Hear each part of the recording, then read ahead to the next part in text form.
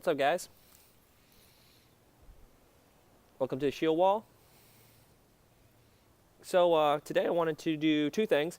I want to tell you about a good series of pipe tobaccos that you could go through if you're trying to explore the realm of Englishes. I don't know if you can hear those geese across the way landing on the ice in the park. And then the other thing I want to talk about is a great author, if you like historical writing, historical nonfiction, that is. So I think if you're the kind of person who's like, hey, I want to start smoking Englishes, where do I begin? I personally think that you can't go wrong starting with the McClellends series called Frog Morton series. So they have Frog Morton, that's their standard. Frog Morton across the pond, Frog Morton on the bayou.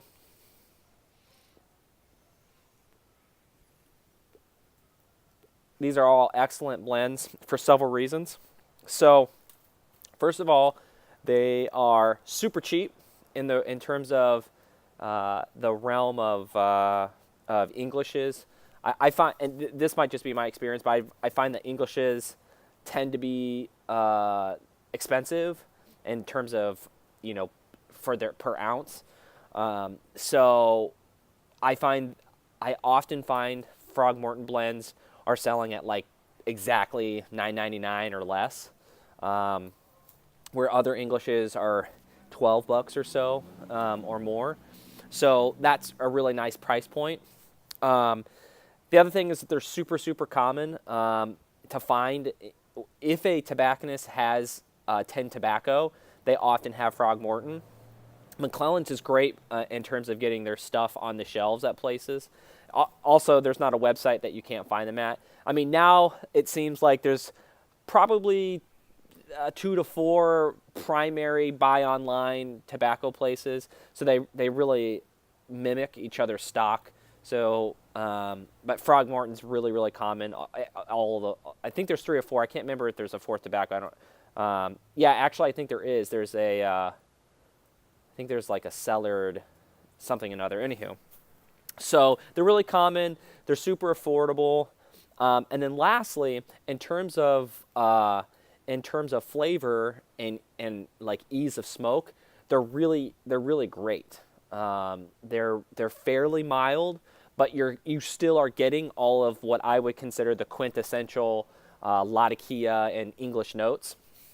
So Frog Morton is kind of like their flagship standard mild English blend.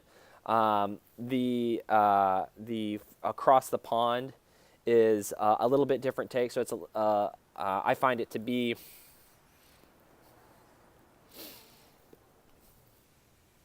the notes are different. It's not exactly the same, but I would still consider it probably a mild English blend.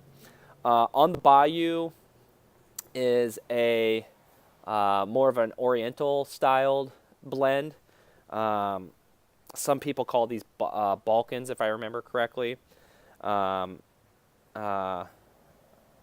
not Balkans. What do they call them? Gosh, I don't remember. There's another term for them, but that one's more Oriental styled, meaning pipes tobaccos from the east. So a lot of the components in that are from the Eastern Mediterranean, if I remember right. So yeah, this is a really good place to start if you're wanting to do this and you don't want to get like a really dark, really campfire, a really meaty flavor right off the bat that you just want to kind of explore into it. And that's kind of part of the reason why you want to get into. Sorry, my wife's texting me on my phone. I'm looking sideways here. One of the reasons why you want to get into Englishes is because they represent a taste flavor spectrum that other blend types like Virginias or Vapors or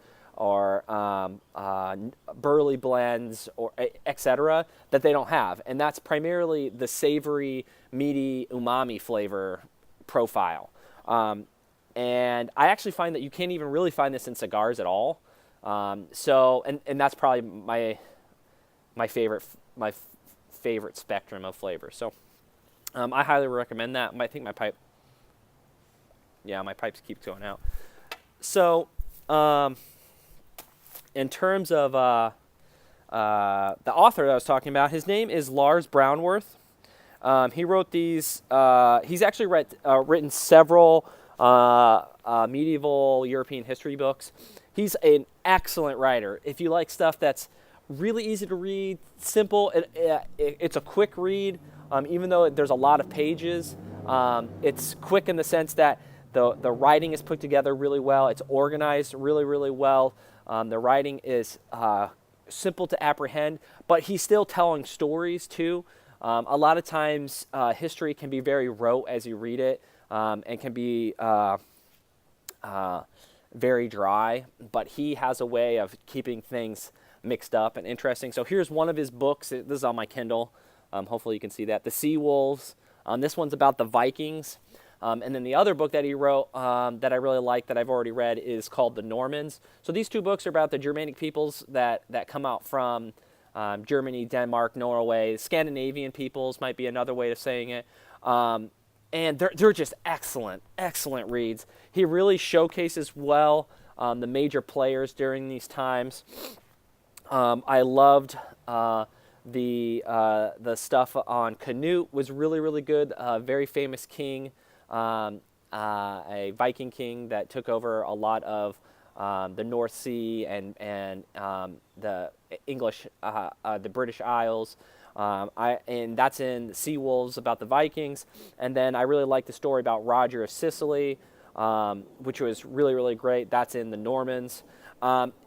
It's really cool because you get to see a lot of how like all these European peoples are really like 5 or 6 families intermarrying a ton over the course of several hundred years.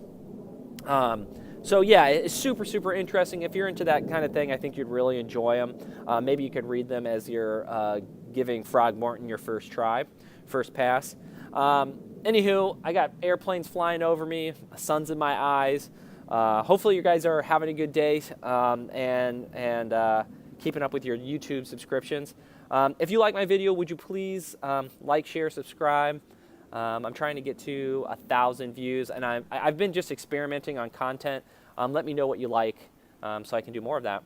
I hope you guys have a great rest of your day and a great rest of your week. Bye-bye.